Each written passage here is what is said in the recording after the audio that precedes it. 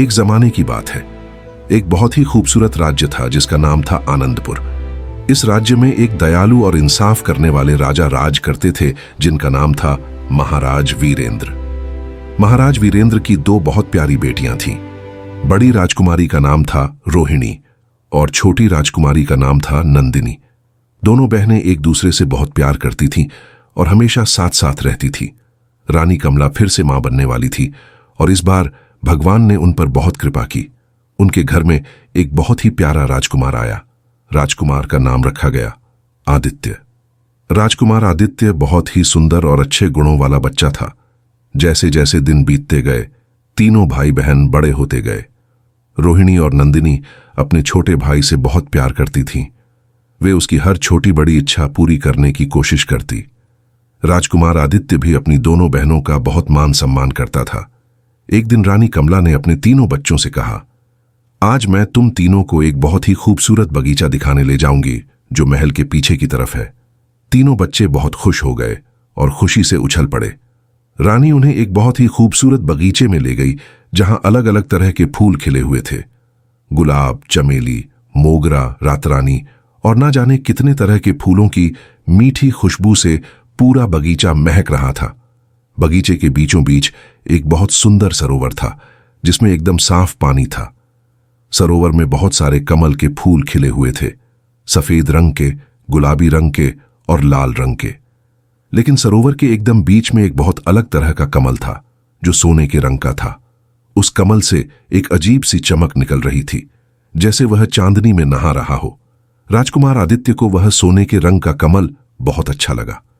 उसने अपनी मां से पूछा, मां, यह सोने के रंग का कमल इतना अलग क्यों दिखता है? इससे इतनी चमक क्यों निकल रही है? रानी कमला ने डर के साथ कहा, बेटा, यह कोई साधारण कमल नहीं है। यह एक जादुई फूल है। इसे कभी भी छूना नहीं चाहिए। अगर कोई लड़का या आदमी इसे छू लेता है तो वह हमेशा हमेशा के लिए मगरमच्छ बन जाता है और जब तक उसकी बहन 15 साल तक पूरी तरह से चुप ना रहे, एक शब्द भी ना बोले, तब तक वह वापस इंसान नहीं बन सकता। यह बात सुनकर तीनों बच्चे बहुत डर गए। बड़ी राजकुमारी रोहिणी ने कहा, मां, तो फिर यह फूल तो बहुत खतरनाक है। इसे यहां क्यों रखा गया है? रानी ने समझाते हुए कहा, बेटी, यह फूल हमारे राज्य की रक्षा करता है। इसकी वजह से हमारे राज्य में कभी भी सूखा नहीं पड़ता और हमेशा खुशहाली बनी रहती है। लेकिन इस पर एक श्राप भी है जो मैंने तुम्हें बताया। छोटी राजकुमारी नंदिनी ने पूछा, मां, क्या सच में कोई लड़का इसे छूकर मगरमच्छ बन सकता है? हां बेटी, यह बिल्कुल सच है। इसीलिए मैं तुम तीनों से वादा चाहती हूं कि तुम कभी भी इस कमल के पास अकेले नहीं जाओगे। और आदित्य, तुम तो इसे बिल्कुल भी छूना नहीं, रानी ने सख्त आवाज में कहा। तीनों बच्चों ने अपनी मां को वादा किया। उसके बाद वे वापस महल में आ गए। लेकिन राजकुमार आदित्य का मन उस सोने के रंग के कमल में ही अटका रह गया। वह बार बार उसके बारे में सोचता रहता। वह सोचता कि आखिर उस फूल में ऐसी क्या खासियत है कि वह इतना चमकता है। कुछ दिन बीत गए। एक दिन महाराज वीरेंद्र और रानी कमला किसी काम से पास के राज्य में गए हुए थे। महल में सिर्फ तीनों बच्चे और नौकर नौकरानियां थीं। दोपहर के समय जब सब लोग आराम कर रहे थे, राजकुमार आदित्य से रहा नहीं गया। उसने सोचा कि चलकर एक बार उस सोने के रंग के कमल को पास से देखता हूं। बस देखूंगा, छूऊंगा नहीं। वह चुपचाप बगीचे में चला गया।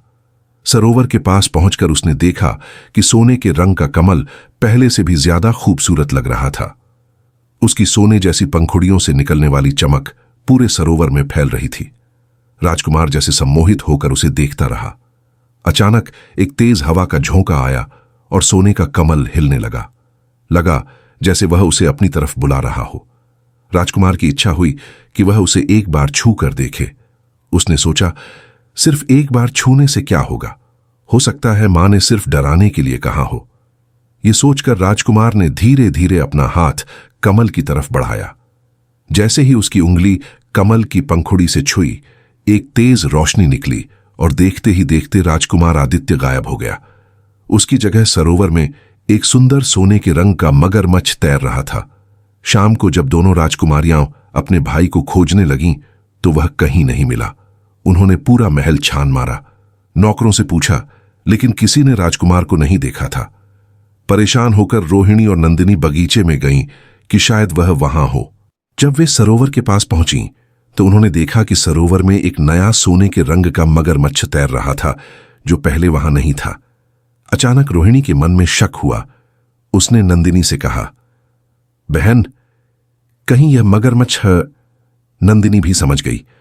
दोनों बहनों की आंखों में आंसू आ गए।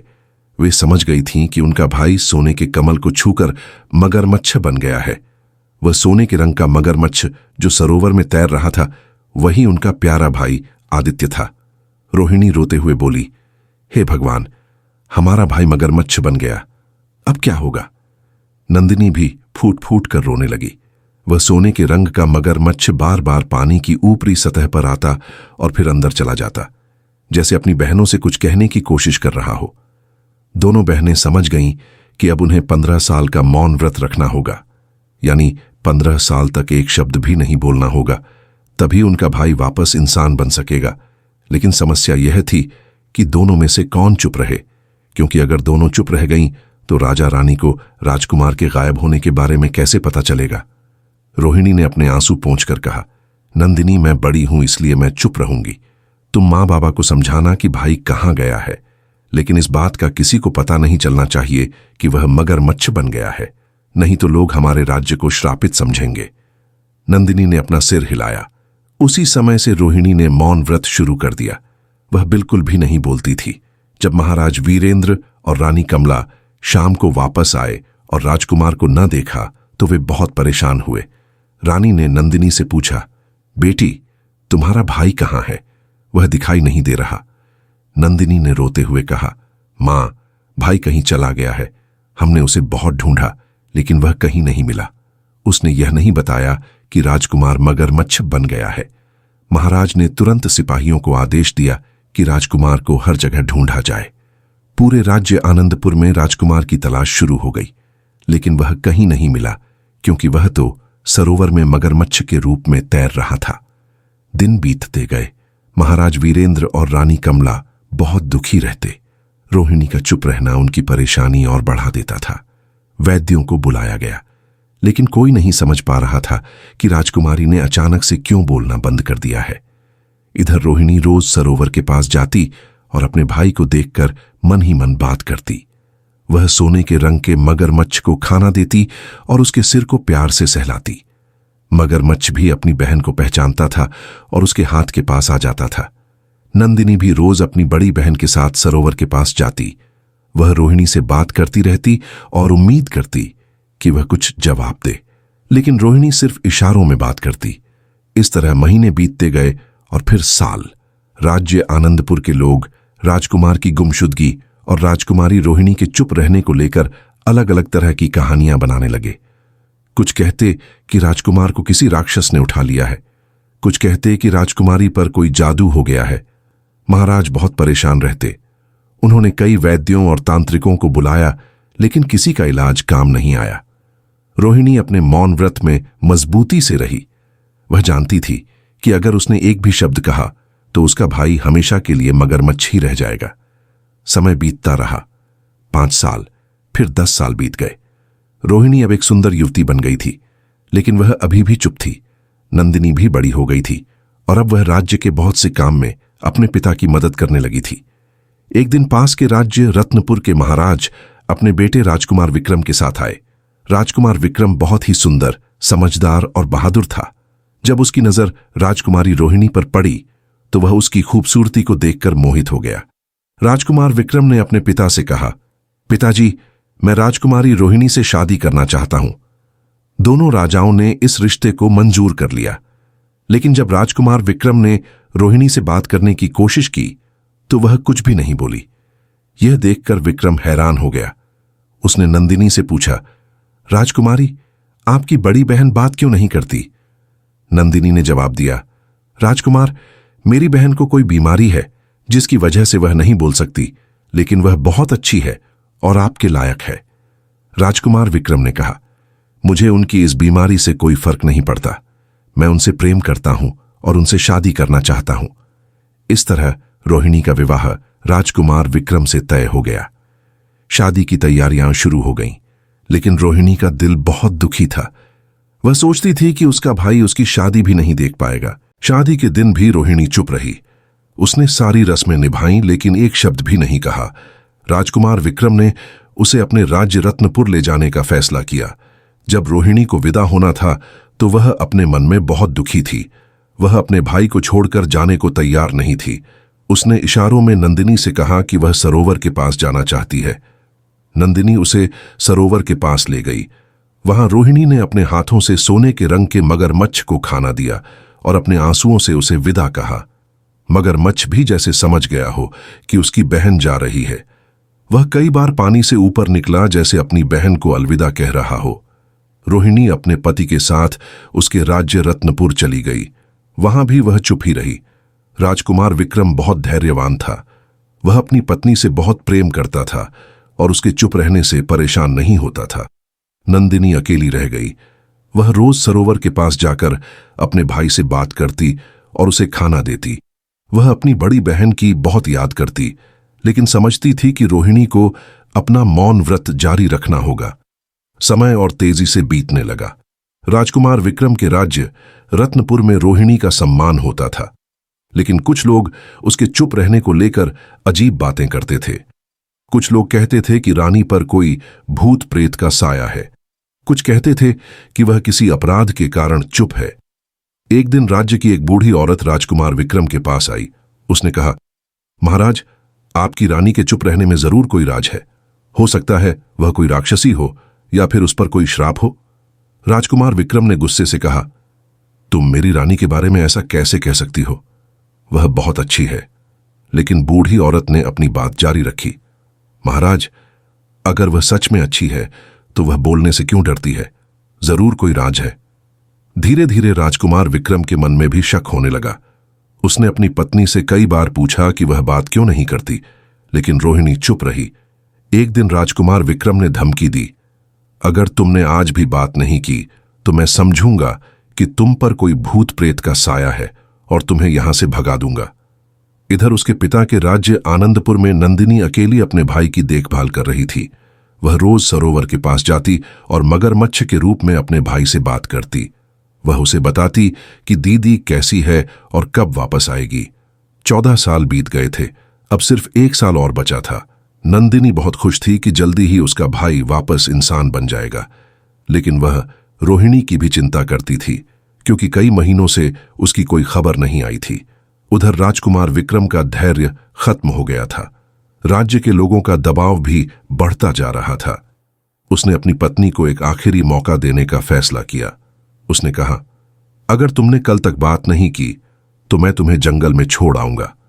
मैं यह नहीं सह सकता कि मेरी प्रजा मुझसे सवाल करे कि मेरी रानी क्यों नहीं बोलती। रोहिणी का दिल टूट गया, लेकिन वह जानती थी कि अब सिर्फ कुछ महीने ही बचे हैं। उसने सोचा कि वह जंगल में भी अपना व्रत पूरा कर सकती है। अगले दिन जब रोहिणी ने फिर कुछ नहीं कहा तो राजकुमार विक्रम ने अपना वचन निभाया। उसने रोहिणी को एक घने जंगल में छोड़ दिया। रोहिणी का दिल बहुत दुखी था, लेकिन वह अपने संकल्प पर मजबूती से कायम रही। जंगल में रोहिणी को बहुत कठिनाइयों का सामना करना पड़ा। वह फल फूल खाकर अपना पेट भरती और पेड़ों के नीचे सोती। जानवरों से डर भी लगता था, लेकिन वह अपने भाई के लिए सब कुछ सहन करने को तैयार थी। इधर जब नंदिनी को पता चला कि उसकी बड़ी बहन को जंगल में छोड़ दिया गया है तो वह बहुत परेशान हो गई, लेकिन वह कुछ नहीं कर सकती थी क्योंकि उसे नहीं पता था कि रोहिणी कहाँ है। आखिरकार वह समय आ गया जिसका रोहिणी को 15 सालों से इंतजार था। 15 साल पूरे होने वाले थे। जंगल में रोहिणी ने दिन गिने थे। उसे पता था कि आज उसके व्रत के 15 साल पूरे हो जाएंगे। उसी दिन नंदिनी भी सरोवर के पास बैठी अपने भाई का इंतजार कर रही थी। ठीक सूरज डूबने के समय जब 15 साल पूरे हुए, सरोवर में एक तेज रोशनी निकली। सोने के रंग का मगरमच्छ अचानक गायब हो गया और उसकी जगह राजकुमार आदित्य खड़ा था। नंदिनी खुशी से चिल्ला पड़ी, भाई, तुम वापस आ गए। राजकुमार आदित्य अपनी बहन को देखकर बहुत खुश हुआ। उसने नंदिनी को गले से लगाया। राजकुमार ने पूछा, नंदिनी, रोहिणी दीदी कहाँ हैं? मैं उन्हें धन्यवाद देना चाहता हूं कि उन्होंने मेरे लिए 15 साल तक चुप रहकर इतना बड़ा त्याग किया। नंदिनी ने आंसू भरी आंखों से सारी कहानी सुनाई कि कैसे रोहिणी की शादी हुई और कैसे उसे जंगल में छोड़ दिया गया। राजकुमार आदित्य को बहुत दुख हुआ।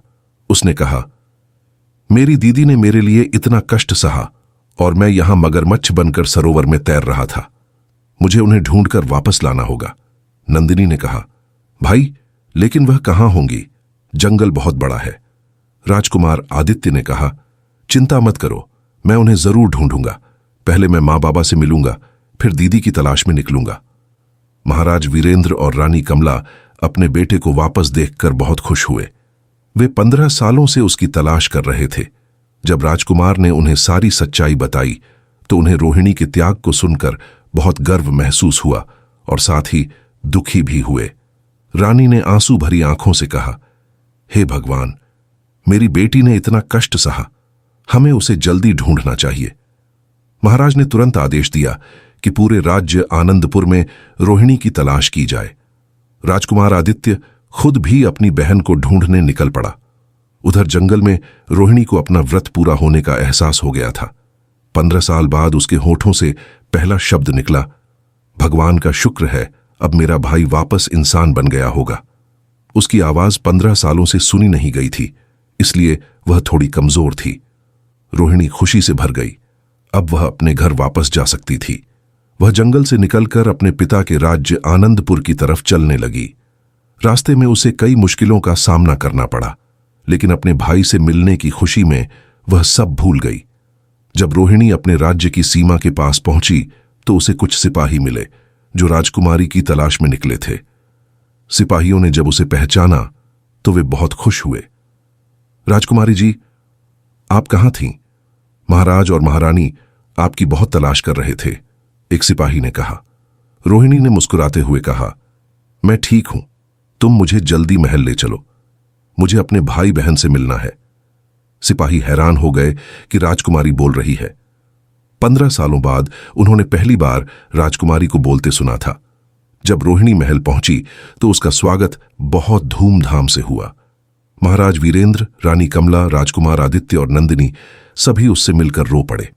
राजकुमार आदित्य ने अपनी बहन के पैर छुए और कहा, दीदी, आपने मेरे लिए जो कुछ भी किया है उसके लिए मैं जिंदगी भर आपका कर्जदार रहूंगा। आपने 15 साल तक चुप रहकर मेरी जान बचाई। रोहिणी ने अपने भाई को गले से लगाकर कहा, भाई, ये कोई बड़ी बात नहीं है, तुम मेरे छोटे भाई हो, तुम्हारी रक्षा करना मेरा काम था। नंदिनी भी रोते हुए बोली, दीदी, आपने कितना कष्ट सहा, मैंने रोज आपकी चिंता की है। रानी ने अपनी बेटी को गले से लगाकर कहा, बेटी, तुमने जो त्याग किया है वह बेमिसाल है, तुम सच्ची वीरांगना हो। महाराज ने कहा, रोहिणी, तुम्हारे त्याग की कहानी पूरे राज्य में फैल जाएगी, लोग तुम्हें हमेशा याद रखेंगे। इधर जब राजकुमार विक्रम को पता चला कि उसकी पत्नी वापस मिल गई है और वह बोल रही है तो वह तुरंत उससे मिलने आया। उसे अपने किए पर बहुत पछतावा हो रहा था। विक्रम ने रोहिणी के सामने सिर झुकाकर कहा, महारानी, मुझे माफ कर दीजिए, मैं आपको समझ नहीं पाया। अगर मैं जानता कि आप इतने महान उद्देश्य के लिए चुप रही थीं तो मैं कभी भी आपको जंगल में नहीं छोड़ता। रोहिणी ने मुस्कुराकर कहा, राजकुमार, आप पर कोई दोष नहीं है, आप नहीं जानते थे कि मैं क्यों चुप हूं, अब सब ठीक हो गया है। विक्रम ने कहा, क्या आप मुझे माफ करके वापस मेरे साथ चलेंगी? मैं वचन देता हूं कि अब कभी भी आप पर शक नहीं करूंगा। रोहिणी ने अपने पिता से पूछा। महाराज ने कहा, बेटी, यह तुम्हारा फैसला है। रोहिणी ने सोच समझकर कहा, हां, मैं आपके साथ चलूंगी, लेकिन एक शर्त है कि मैं साल में कुछ महीने अपने मायके भी आऊंगी ताकि अपने भाई बहन के साथ समय बिता सकूं। विक्रम ने खुशी से हामी भर दी। इस तरह रोहिणी वापस अपने पति के साथ चली गई, लेकिन इस बार वह खुश थी क्योंकि उसका भाई सुरक्षित था। राजकुमार आदित्य ने उस सोने के रंग के कमल के फूल को सरोवर से निकालकर एक खास जगह पर रखवा दिया ताकि फिर कभी कोई गलती से उसे न छू सके। उसने प्रण लिया कि वह इस कमल के राज को लेकर लापरवाही नहीं करेगा। राज्य आनंदपुर में खुशियां मनाई गईं। लोगों ने राजकुमारी रोहिणी के त्याग की कहानी सुनी तो सभी उनका सम्मान करने लगे। रोहिणी का नाम इतिहास में सबसे बड़े त्यागी बहन के रूप में दर्ज हो गया। राजकुमार आदित्य ने अपने जीवन में फिर कभी कोई लापरवाही नहीं की। वह हमेशा अपनी बहनों का सम्मान करता रहा और उनकी सेवा करता रहा। नंदिनी भी अपनी बड़ी बहन की तरह त्याग और प्रेम की मिसाल बनी। उसने भी अपने भाई की देखभाल में 15 साल लगाए थे। इस तरह भाई बहन का यह पवित्र प्रेम और त्याग की कहानी पीढ़ी दर पीढ़ी चलती रही। लोग आज भी रोहिणी के त्याग को याद करते हैं और कहते हैं कि भाई बहन का रिश्ता दुनिया का सबसे पवित्र रिश्ता है। यह कहानी हमें सिखाती है कि परिवार के लिए किया गया त्याग कभी व्यर्थ नहीं जाता। भाई बहन का प्रेम सबसे पवित्र होता है। साथ ही यह भी सिखाती है कि बड़ों की बात माननी चाहिए और जिद्दी नहीं होना चाहिए। अगर राजकुमार आदित्य ने अपनी मां की बात मानी होती तो इतनी मुसीबत नहीं आती, लेकिन जब मुसीबत आ गई तो बहन ने अपना सब कुछ त्याग करके भाई को बचाया।